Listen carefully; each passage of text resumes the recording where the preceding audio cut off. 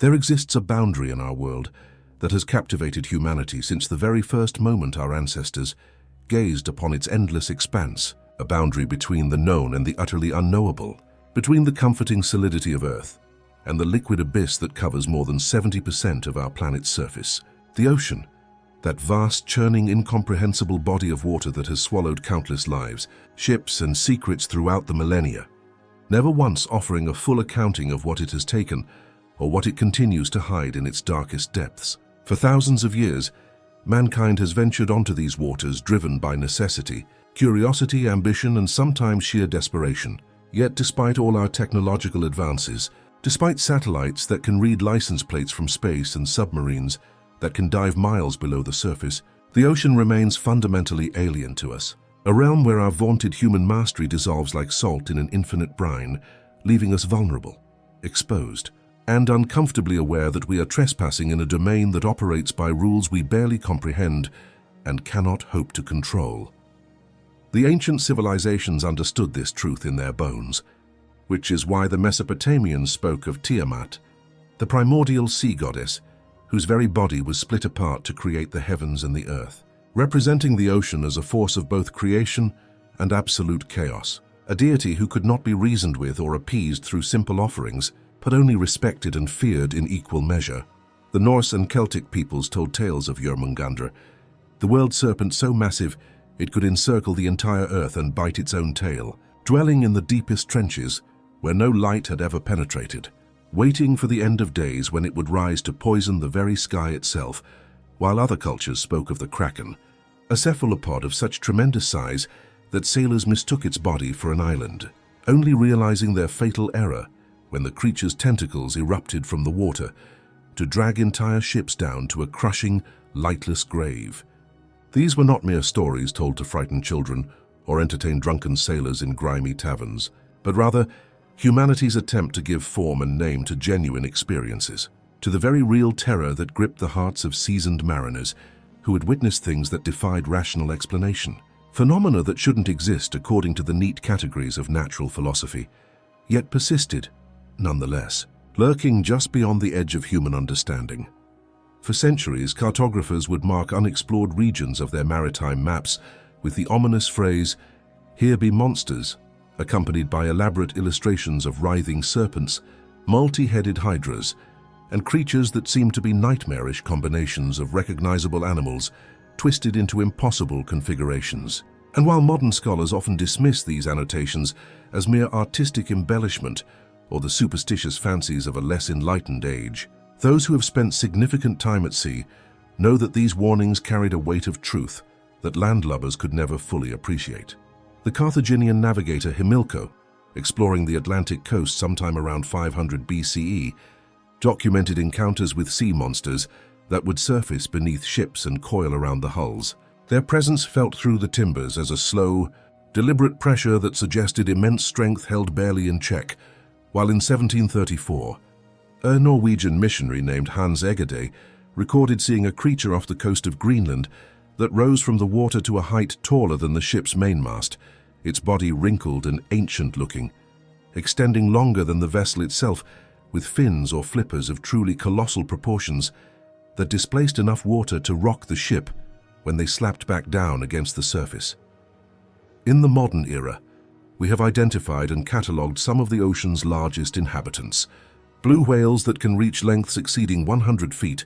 and weigh more than 200 tons. Giant squid with eyes the size of dinner plates and tentacles that can extend 40 feet or more. Colossal squid even larger, still lurking in the Antarctic depths. And leatherback sea turtles that can grow to nearly 3 meters in length and weigh close to a ton. And it becomes immediately apparent how sailors of previous centuries, catching glimpses of such creatures through fog or in the uncertain light of dawn or dusk, might interpret them as monsters of legend, especially when exhaustion, fear, and the disorienting effects of weeks or months at sea conspired to make even the familiar seem strange and threatening. Yet, for all our scientific understanding, for all our ability to explain away many of the historical accounts as misidentified whales or unusually large squid, there remain stories that resist such comfortable categorization, incidents that leave even the most rational minds grasping for explanations that never quite satisfy. Mysteries that seem to exist in a liminal space between the explicable and the impossible. And it is to these accounts that we must now turn our attention, beginning with the peculiar and deeply unsettling experience of the Pacific Dawn in the late 1990s, a massive container ship plying the North Atlantic routes as it had done countless times before, carrying goods between continents in the great circulatory system of global commerce, crewed by experienced sailors who had seen their share of rough weather, equipment failures, and the occasional odd occurrence that comes with spending so much of one's life on the water. Yet nothing in their collective experience had prepared them for what would happen on one seemingly ordinary morning when crew member Ian Michaels stepped up on deck with his coffee to watch the sunrise. Observing, as the clear blue sky began to give way to grey tendrils of fog that crept across the water with an almost deliberate quality, moving not like normal fog dispersed randomly by wind and current, but with a kind of purposeful directionality that he found vaguely disquieting even before the ship entered the murk proper. Within minutes, the Pacific Dawn had been completely swallowed by a fog bank of extraordinary density, the kind that reduced visibility to just a few meters and seemed to absorb not only light but sound itself, muffling the familiar noises of the ship's operation. The rhythmic churning of the engines, the splash of waves against the hull, even the conversations of other crew members, until Michaels felt as though he had been wrapped in some thick,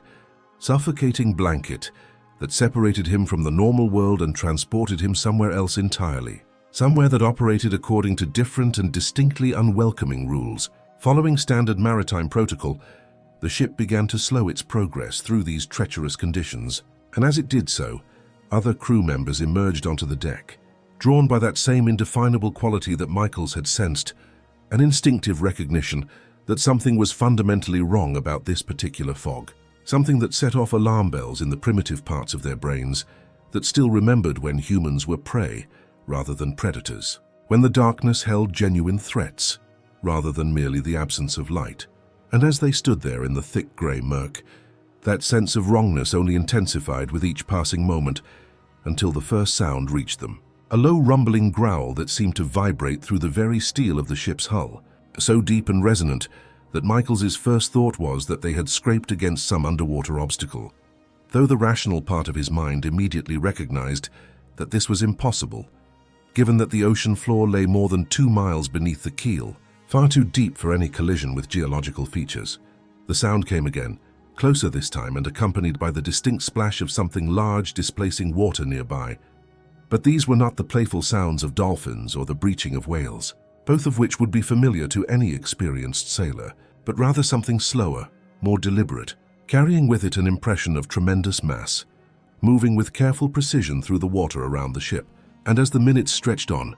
the sounds multiplied and intensified, coming from different directions, the bow, the stern, the port side, then the starboard, suggesting that whatever was out there in the fog was not a single entity,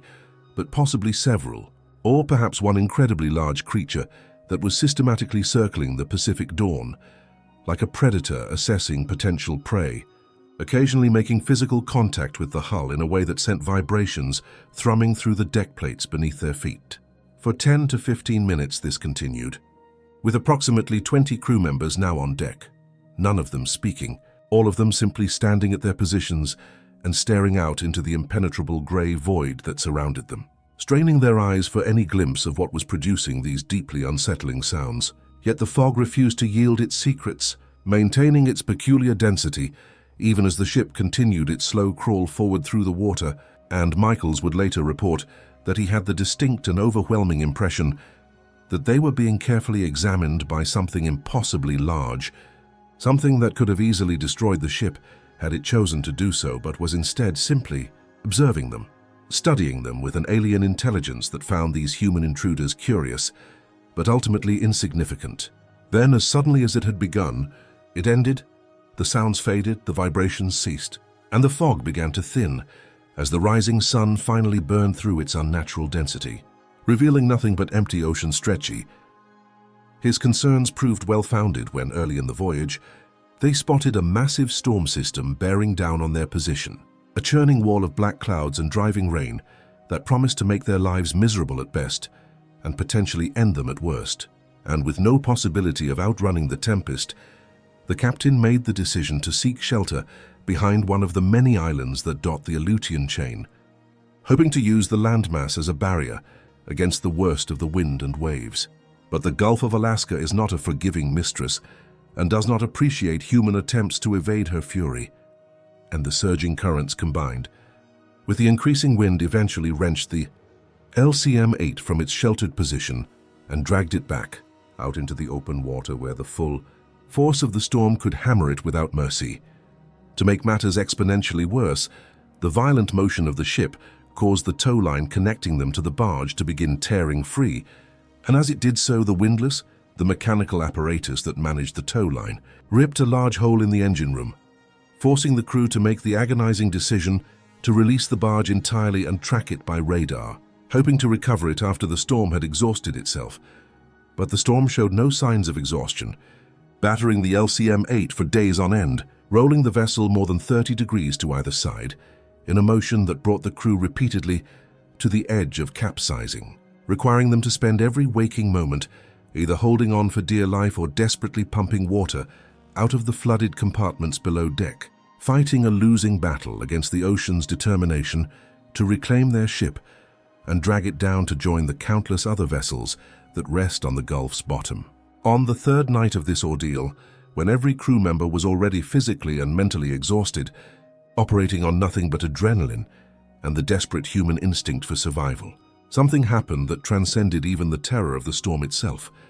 A deafening boom rang out across the ship, a sound so loud and so violent that it seemed to shake the LCM-8 from bow to stern, and the crew's immediate assumption was that they had finally struck something, that in the darkness and the chaos they had collided with another vessel,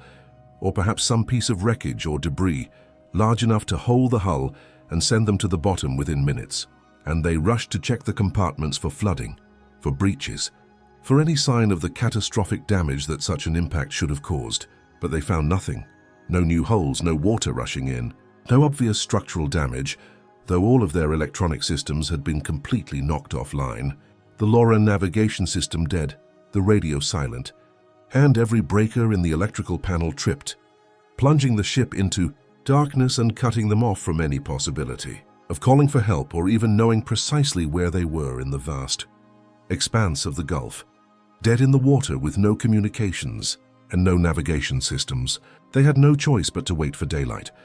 a wait that must have felt like an eternity as each crew member grappled with their own private fears about what that massive boom had been, what had hit them, and whether the ship would even survive until dawn. But survive it did, and when the sun finally rose, it revealed that the storm had miraculously subsided, the seas calming to a gentle roll that would have been almost peaceful under other circumstances. But any relief the crew might have felt evaporated instantly when they saw what had happened to their ship's mast. A 4-inch thick steel beam that had supported their antennas and navigation lights,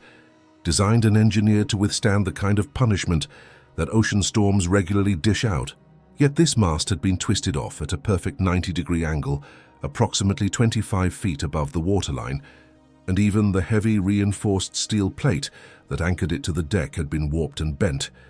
as though some unimaginable force had simply reached out and wrenched the entire structure free with casual, contemptuous ease. Every single crew member, from the captain to the newest deckhand, understood immediately and instinctively that no storm, no matter how violent, could have caused that particular type of damage in that specific manner, because storms create chaotic, irregular damage patterns, bending metal gradually over time through repeated stress or snapping it suddenly, when the accumulated fatigue exceeds the material's tolerance. But they don't twist 4-inch steel beams at precise 90-degree angles as though they were made of soft clay, and the only scenario that could potentially explain such damage would be a direct collision with another vessel. But there had been no other vessels anywhere near them. They would have seen them on radar before the electronics died, would have heard the collision itself, which would have been far more violent and extensive than the single boom they experienced. So what did that leave? What kind of force could have reached up from the ocean or down from the sky to grab a steel mast and twist it off with such apparent ease? The crew didn't speculate, at least not out loud, because sailors have a deep-seated superstition about speaking of certain possibilities, about giving voice to fears that seem to violate the natural order of the world. But George would later report that he believed every man on that ship came to the same unspoken conclusion, that something in the Gulf of Alaska, something that operated according to rules that human physics cannot account for, had reached out during that storm and touched their vessel. And they were extraordinarily lucky that this entity, whatever it was, had been content with merely removing their mast, rather than dragging the entire ship down into the crushing depths below. But if the experiences of the Pacific Dawn and the Alaskan LCM-8 exist in the realm of the unsettling and unexplained, the fate of Isidoro Arias ventures into territory far more disturbing, because his case involves not just mysterious phenomena, but a complete disappearance. A man who vanished from his own ship in the middle of the ocean, leaving behind a scene that was simultaneously ordinary and deeply wrong. A puzzle with too many pieces missing and too many questions that will likely never be answered. Isidoro Arias was 49 years old when he set out from Malaga, Spain, in March of 2001, embarking on a journey that represented the culmination of a lifelong dream. A solo circumnavigation of the globe on his 47-foot sailboat,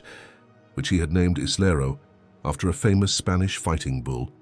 And this was no impulsive adventure, undertaken by a foolish novice, but rather the carefully planned voyage of an experienced sailor and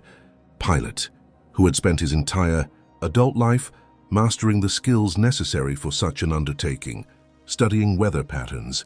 navigation techniques, emergency procedures, and all the other countless details that separate successful solo sailors from those who become cautionary tales and Coast Guard statistics. For nearly 2 years, everything proceeded according to plan, with Isidoro maintaining regular contact with his family, friends, and a growing online audience who followed his journey through satellite phone calls and blog updates, living vicariously through his adventures as he navigated around Africa, across the Indian Ocean, through the South Pacific, and up the coast of South America. And by all accounts, he was thriving, reveling in the solitude and self-reliance that long-distance sailing demands, proving to himself and the world that he possessed the skill, courage, and determination to accomplish something that most people can only imagine. But as he approached the final leg of his journey, with home and triumph tantalizingly close, something began to go wrong in ways that remain disturbing and inexplicable more than 2 decades later. On March 22, 2003, less than a week before Isidoro was scheduled to return to Spain and complete his circumnavigation,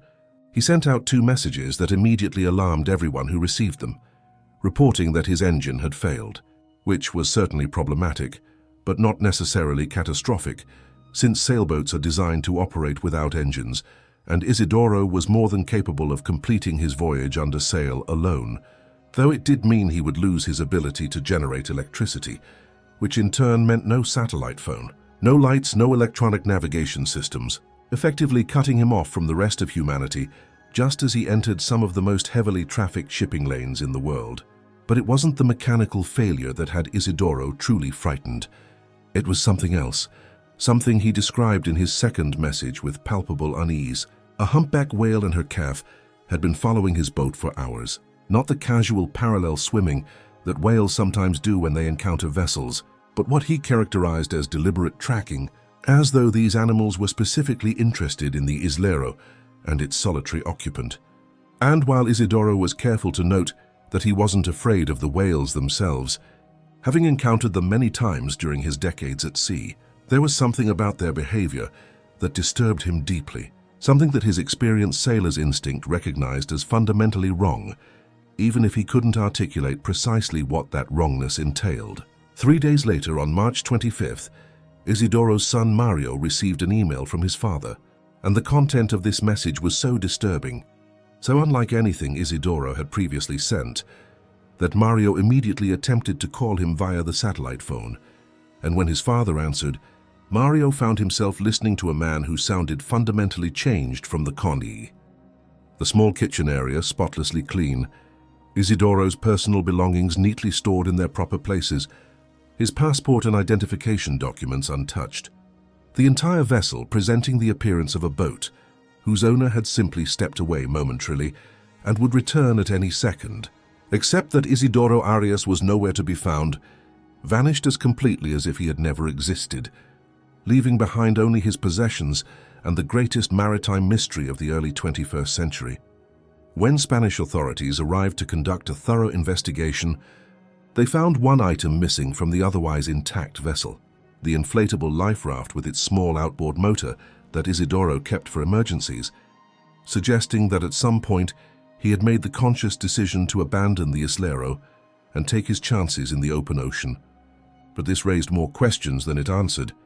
because sailors don't abandon their vessels lightly. The ship is your best chance of survival in almost any scenario. It provides shelter, supplies, flotation, and visibility to potential rescuers, whereas a small inflatable dinghy offers none of these advantages and leaves you completely vulnerable to wind, waves, sun, and the thousand other ways the ocean can kill an unprotected human. So what could have possibly driven Isidoro to make such a desperate choice? The answer might lie in another discovery the investigators made, one that sent chills down the spines of everyone who learned of it when they examined Isidoro's logbook, where he had faithfully recorded the details of his journey for nearly 2 years, documenting weather conditions, navigational decisions, mechanical issues, and personal observations. They found that his final entry consisted of just one sentence, written in handwriting that was noticeably shakier and less controlled than his previous entries. As though his hand had been trembling as he formed the letters, "Something is climbing up the hole," and that was it. No elaboration, no explanation, just those 6 words that seemed to encapsulate absolute terror compressed into the briefest possible statement. And then he had apparently closed the logbook, gathered his emergency supplies, launched the inflatable life raft, and motored away from the Islero into the vast empty ocean, leaving the outboard engine for the raft behind on the ship in his haste or confusion, which meant he had propelled himself away using only the small emergency paddle. And given that the Islero was found hundreds of miles from the nearest land, there was virtually no chance that Isidoro could have reached safety in an inflatable dinghy with no motor, meaning he had almost certainly perished within days of abandoning his ship, either from exposure, dehydration, or simply being swamped by waves and drowning, his body sinking into the depths to become another of the ocean's countless unclaimed corpses, drifting slowly down through the water column until it reached the abyssal plain miles below, where it would be consumed by scavengers or eventually compressed and fossilized into the sediment. All trace of Isidoro Arias erased from the world, except for his empty boat and that final terrifying logbook entry. So what are we to make of these 3 incidents? These experiences that seem to resist rational explanation, even as they demand some attempt at understanding, some framework that can contain them and render them less threatening to our conception of how the world operates. And the truth is that there are multiple possible explanations for each event, ranging from the mundane to the fantastic, from psychology to physics, to possibilities that venture into realms that mainstream science refuses to acknowledge. And we must examine all of these potential answers if we are to have any hope of approaching something resembling truth. The Pacific Dawn encounter in the fog can potentially be explained through a phenomenon known as marine acoustics, the way sound travels through water and air in maritime environments, which can be profoundly strange and counterintuitive, with sounds being amplified, distorted, or seemingly relocated by water temperature gradients, underwater topography, and atmospheric conditions, meaning that what the crew perceived as a massive creature circling their ship might have actually been the songs of distant whales being channeled and intensified by the fog until they seemed to be coming from just meters away, or perhaps the groaning of shifting tectonic plates deep beneath the ocean floor being transmitted through the water and into the ship's hull, creating the vibrations and sounds that so unsettled the crew. Though this explanation doesn't account for the apparent directionality of the sounds, the way they seemed to circle the ship in a coordinated pattern, or the fact that the sonar showed absolutely nothing in the surrounding waters, not even the large schools of fish that should have been present in that region, suggesting that either the sonar was malfunctioning, which seems unlikely given that it worked perfectly before and after the incident, or that whatever was out there in the fog existed in a way that modern technology simply cannot detect, operating at frequencies or in dimensions that our instruments are not designed to measure. As for the Alaskan LCM-8 and its mysteriously destroyed mast, the most rational explanation involves the possibility of an extreme lightning strike, the kind of electrical discharge that can carry millions of volts and generate temperatures hotter than the surface of the sun for brief instants. And such a strike could potentially explain the twisted mast, the warped deck plate, and the complete failure of all electronic systems. Though lightning strikes on ships, while not uncommon, typically leave very different types of damage patterns, including burn marks, melted metal, and evidence of the electrical current's path through the vessel's structure, none of which was observed on the LCM-8. And furthermore, if lightning was the culprit, the crew would likely have seen the flash and heard the characteristic crack-boom of thunder simultaneously, with or immediately after the impact, whereas they reported only the deep boom and the subsequent realization that something was wrong, with no mention of the visual or auditory signatures that accompany lightning strikes, which leaves us with the uncomfortable possibility that something physically grabbed the mast and wrenched it off. Something strong enough to twist 4-inch steel and warp heavy reinforced plates, but somehow able to do so in the middle of a storm without anyone seeing it, without leaving any trace beyond the damage itself. And what kind of entity could possess such strength while remaining invisible or at least unobserved in conditions where visibility was already severely limited? Isidoro's case presents perhaps the most troubling set of possibilities, because his descent into apparent paranoia and his ultimate disappearance could potentially be explained by psychological factors: the stress of nearly 2 years of solo sailing, the isolation and lack of human contact, the pressure of knowing he was so close to completing his journey, and then the sudden crisis of the engine failure and electrical problems could have triggered a psychotic break, a sudden onset of hallucinations and delusions that caused him to perceive threats that didn't actually exist. And there is substantial medical literature documenting how isolation, sleep deprivation, and stress can combine to produce vivid hallucinations, particularly when the subject is already in a state of mild sensory deprivation, as would be the case on a small boat in the middle of the ocean, where the environment is monotonous and lacks the normal stimuli that keep our brains grounded in consensus reality. So it's entirely plausible that Isidoro began experiencing visual hallucinations of small humanoid figures that he interpreted as intruders, and in his deteriorating mental state, he made the fatally irrational decision to abandon his perfectly functional ship and take his chances in a life raft. A choice that probably seemed logical and necessary to him in that moment, but which effectively sealed his doom. Yet this psychological explanation, while neat and comfortable for those who prefer their world to be orderly and explicable, doesn't address some troubling aspects of the case, such as why his hallucinations took the specific form of humanoid figures climbing aboard,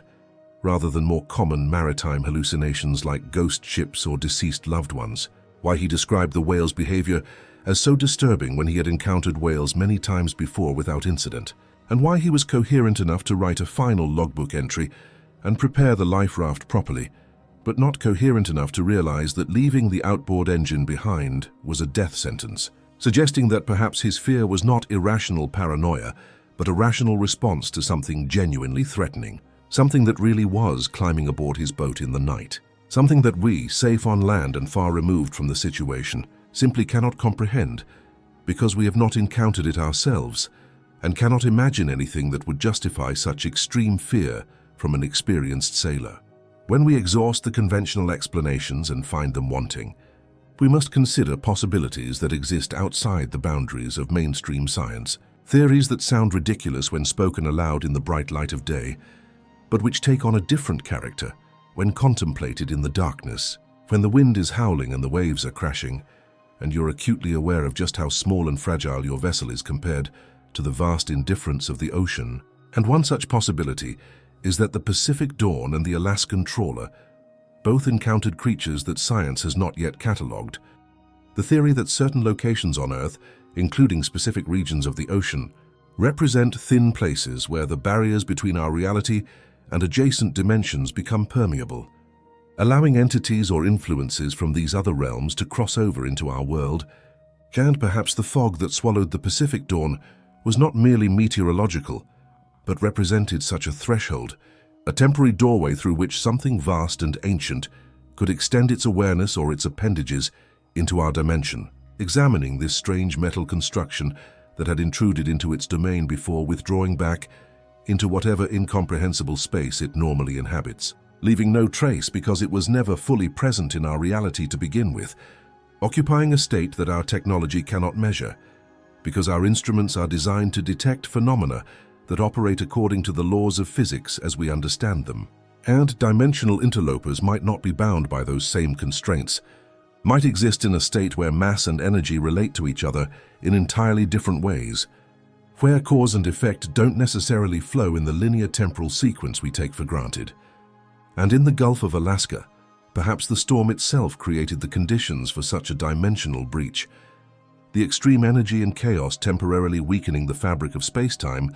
enough that something could reach through and physically interact with the LCM-8, twisting off its mast not through conventional mechanical force,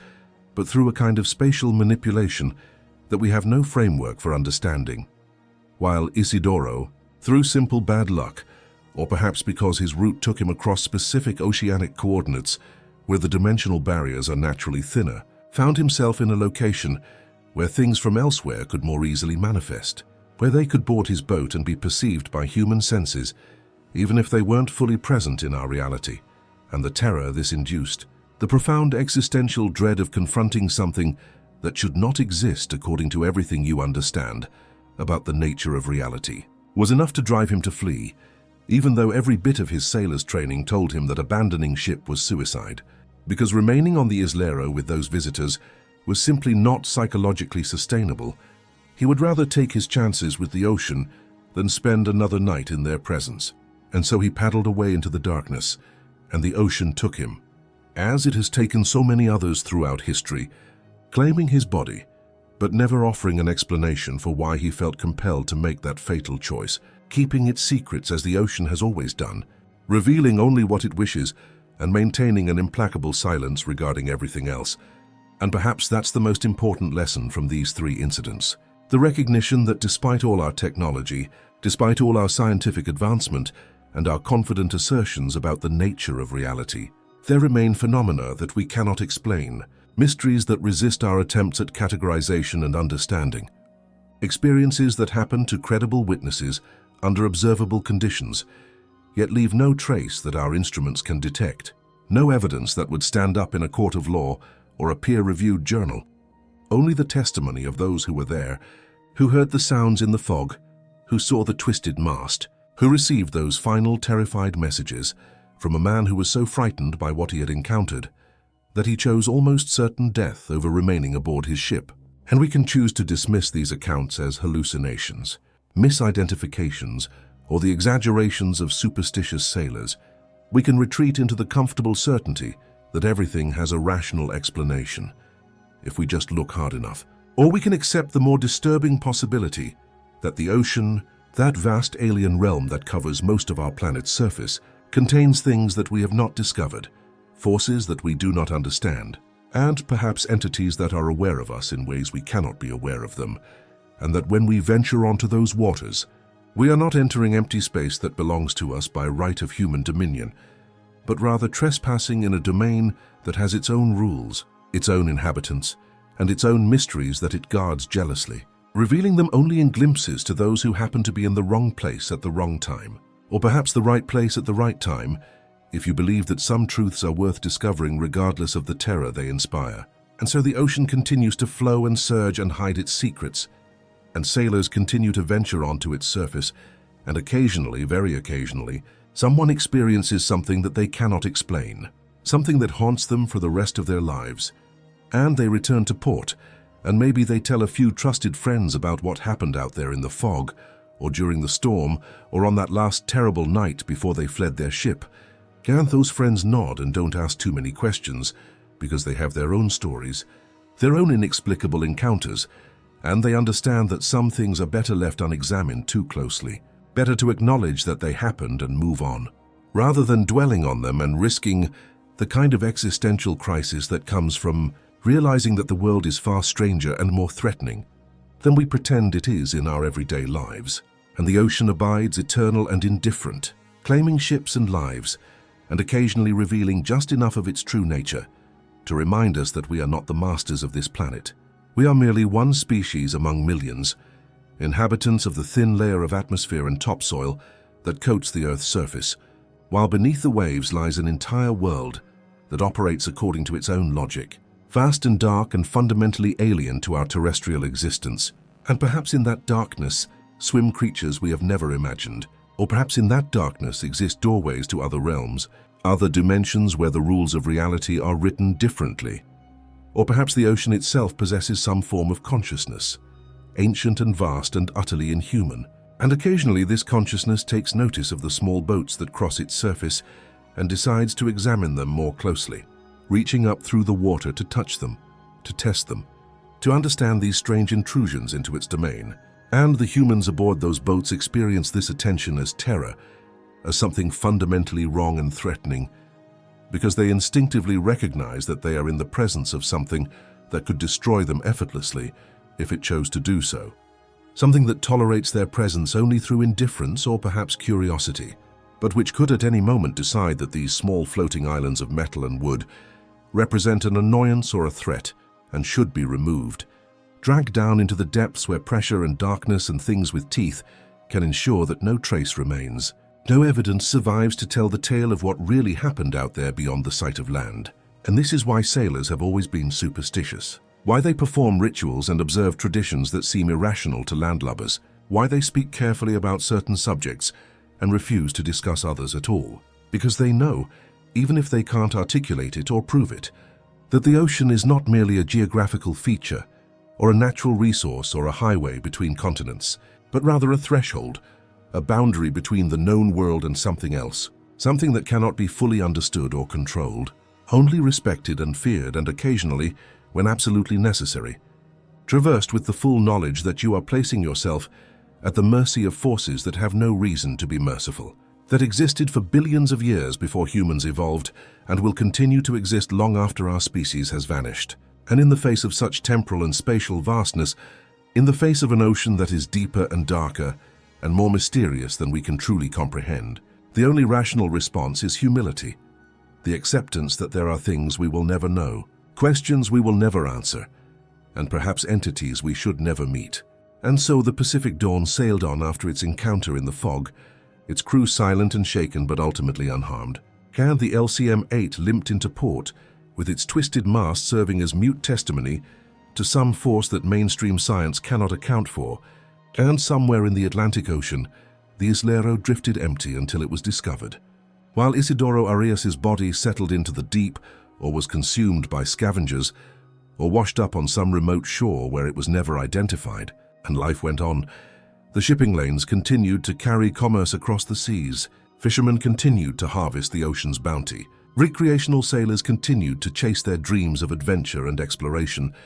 and occasionally, very occasionally, one of these vessels encountered something inexplicable, something that reminded everyone aboard that despite our hubris and our technology, we remain visitors in a realm that we do not fully understand and cannot control, trespassing in the domain of things that were here long before us and will remain long after we are gone. And the only question that remains is whether these encounters represent random chance, merely the statistical inevitability that occasionally someone will be in exactly the wrong place at exactly the wrong time to witness something extraordinary, or whether there is some pattern to these experiences, some underlying logic or purpose that we cannot perceive because we lack the conceptual framework necessary to understand it. And until science develops the tools and the willingness to seriously investigate these phenomena without dismissing them out of hand as hallucinations or hoaxes, until we overcome our collective discomfort with mysteries that resist easy solutions, the truth will remain hidden in the ocean's depths, known only to those who have experienced it firsthand and to the sea itself, and neither is telling.